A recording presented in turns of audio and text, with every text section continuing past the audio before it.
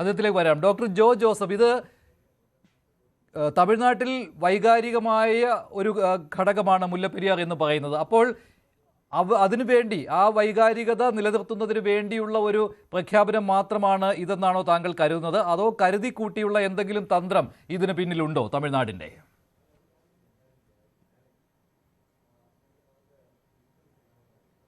ഇതിൻ്റെ അകത്ത് മുല്ലപ്പെരിയാർ വിഷയത്തിൽ രണ്ടു മൂന്ന് കാര്യങ്ങളുണ്ട്. ഇത് വെറും ഉണ്ടയില്ലാത്തൊരു വെടിയല്ല ഈ വെടി വെച്ചേക്കുന്ന വെടി.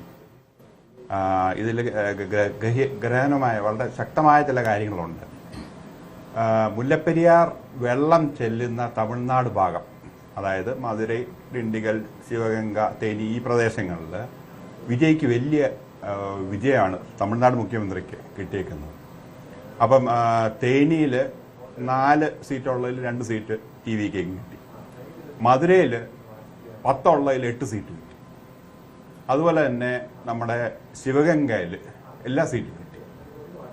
അപ്പോൾ അവിടുത്തെ ആൾക്കാരോട് അന്ന് ഇലക്ഷൻ സമയത്ത് നടത്തിയൊരു പ്രോമിസാണ് ഈ മുല്ലപ്പെരിയാറിൻ്റെ വെള്ളം ജലനിരപ്പ് കൂട്ടും, അല്ലെങ്കിൽ അവിടെ നിന്ന് കൂടുതൽ വെള്ളം തമിഴ്നാടിന് കിട്ടാനായിട്ടുള്ള കാര്യങ്ങൾ ചെയ്യും. അപ്പോൾ അവരുടെ ഇൻറ്റൻറ്റ് ഉണ്ട് അതിൻ്റെ, തീർച്ചയായിട്ടും അത് ചെയ്തേ പറ്റുള്ളൂ എന്ന വിചാരം തമിഴ്നാട് സർക്കാരിനുണ്ട്. അതാണ് ഒരു കാരണം. രണ്ടാമത്, കേരള സ്റ്റേറ്റും തമിഴ്നാട് സ്റ്റേറ്റുമായിട്ടൊരു കേസ് നടക്കുന്നുണ്ട്. ആ കേസിൽ സുപ്രീം കോടതി വിധിച്ചേക്കുന്നത് എന്താണെന്ന് വെച്ചാൽ നമ്മുടെ ബേബി ഡാം ബലപ്പെടുത്തണം. അപ്പോൾ ബേബി ഡാം ബലപ്പെടുത്തണം എന്നുള്ളതല്ല പറഞ്ഞേക്കുന്നത്, അതിനു മുമ്പിലുള്ള കുറേ മരങ്ങൾ മുറിക്കണം. തമിഴ്നാട് ആപ്ലിക്കേഷൻ കൊടുത്തു. അതുപോലെ തന്നെ അങ്ങോട്ട് റോഡ് നന്നാക്കണം എന്നൊക്കെ പറഞ്ഞ് തമിഴ്നാട് സുപ്രീം കോടതിയിൽ അപേക്ഷ കൊടുത്തു. അത് സുപ്രീം കോടതി അംഗീകരിച്ചു. അപ്പോൾ എന്തിനാണ് ഈ മരം മുറിക്കുന്നത്? മരം മുറിക്കുന്നത് ബേബി ഡാം ബലപ്പെടുത്താനാണ്. അപ്പോൾ തമിഴ്നാടിനെ സംബന്ധിച്ചിടത്തോളം അവരെന്തിനാണ് ഈ ബേബി ഡാം ബലപ്പെടുത്തുന്നത്? ഈ ഡാമിൻ്റെ വെള്ളത്തിൻ്റെ ഹൈറ്റ് 152 അടിയിലേക്ക്, ഇപ്പം 152 അടിയാണ്, 152 അടിയിലേക്ക് കൊണ്ടുപോകണം. അപ്പം തമിഴ്നാടിന് 2 കാര്യങ്ങളുണ്ട്. ഒന്ന്, ഇൻറ്റൻറ്റ്, അവരുടെ പൊളിറ്റിക്കലായിട്ട് അത് അവർക്ക് ചെയ്തേ പറ്റുള്ളൂ. 2, അതിനായിട്ടുള്ള കുറച്ച് സാഹചര്യങ്ങൾ ഉണർന്നു വന്നിട്ടുണ്ട്. അപ്പോൾ അത് വൈകാരികമായ ഒരു പ്രഖ്യാപനമല്ല, കാൽക്കുലേറ്റ് ചെയ്തുള്ളത് തന്നെയാണ്. ഭാവിയെ കരുതി തന്നെയാണ് തമിഴ്നാട് ഈ പ്രവൃത്തി ചെയ്തുകൊണ്ടിരിക്കുന്നത്. എങ്ങനെ തടയാൻ പറ്റും കേരളത്തിന് ഇപ്പോൾ?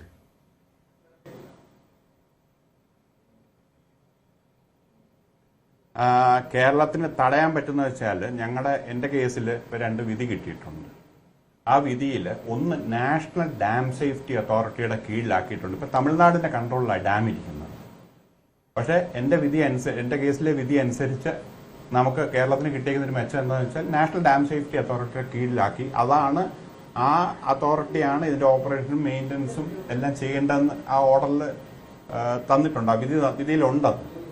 അപ്പം അത് നമ്മൾ നടപ്പാക്കാൻ നോക്കണം. നമ്മുടെ പല MP-മാരും ശ്രീ ഡീൻ കുര്യാക്കോസ് ഉൾപ്പെടെയുള്ളവർ പിന്നെ അതിനുവേണ്ടിയുള്ള പല കമ്മ്യൂണിക്കേഷനും കേന്ദ്രമായിട്ട് നടത്തിയിട്ടുണ്ട്. കേന്ദ്ര സർക്കാർ പോസിറ്റീവായിട്ട് അതിന് ഒരു മറുപടി കിട്ടുമെന്ന് വിചാരിക്കുന്നു. രണ്ടാമത്, ഞങ്ങളുടെ കേസിൽ പിന്നെ തന്നെ ഒരു കോംപ്രിഹെൻസീവ് ഡാം സേഫ്റ്റി ഇവാലുവേഷൻ നടത്താനായിട്ട് സുപ്രീം കോടതി ഉത്തരവിട്ടിട്ടുണ്ട്. അപ്പോൾ അത് പിന്നെ സാധാരണഗതിയിൽ ഇപ്പം നമ്മൾ പറഞ്ഞു കഴിഞ്ഞാൽ ഇപ്പോൾ സ്കൂളിലൊക്കെ ചെറിയ ചെറിയ പരീക്ഷകൾ നടക്കും. ഓണം ആകുമ്പോഴും ക്രിസ്മസ് ആകുമ്പോഴൊക്കെ ചെറിയ ചെറിയ പരീക്ഷകൾ നടക്കും. പക്ഷെ അതുപോലെയല്ല SSLC പരീക്ഷ. SSLC പരീക്ഷ പറഞ്ഞാൽ വളരെ വിപുലമായിട്ട് ആൾക്കാർ കാണുന്ന ഒരു പരീക്ഷ.